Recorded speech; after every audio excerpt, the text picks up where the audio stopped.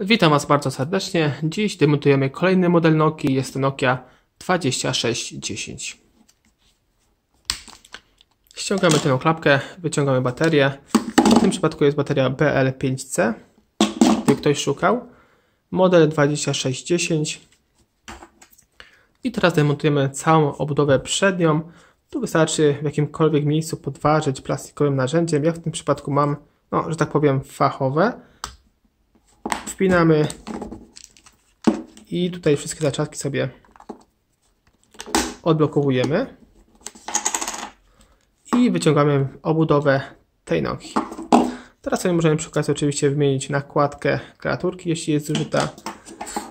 I teraz chyba najważniejsze, odkręcamy śrubeczki. 1, 2, 3, 4, 5 i 6.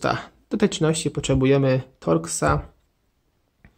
To będzie ten popularny Torx, nazywa się Torx T6H. I odkręcamy sobie śrubeczki. Tu jest naprawdę bardzo ciężko w tej Nokii odkręcić takim śrubokrętem, którego posiadam. Ale spróbujemy to zrobić w miarę szybko. Tu już mamy 4. i już jest 5. i ostatnia. Jak widzicie, serwisowanie takich starych Nokii jest banalnie proste, jeśli chodzi o demontaże, a jeśli chodzi o lutowania, to już nie jest tak prosto, chociaż wszystkiego da się nauczyć i czy tam może lutowanie, no może nie, ale skrzyżowanie na przykład, takie rzeczy. Wyciągamy wszystko tutaj ze środka, z korpusu. Tu mamy jeszcze zasięg wraz z głośnikiem.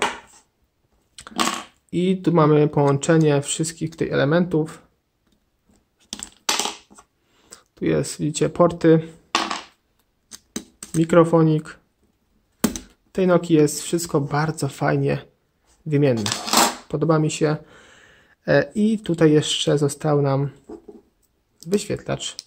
Tu jest mocowany, tak wkładany i tutaj możemy go jeszcze wyciągnąć z ramki. Tu jest, widzicie, uszkodzony, bo są na nim takie prześwity, piksele wypalone. I jeszcze rameczka naszej klawiaturki numerycznej i funkcyjnej i tyle. Bardzo prosto, bardzo szybko i to wszystko. Do zobaczenia w kolejnych odcinkach. Cześć!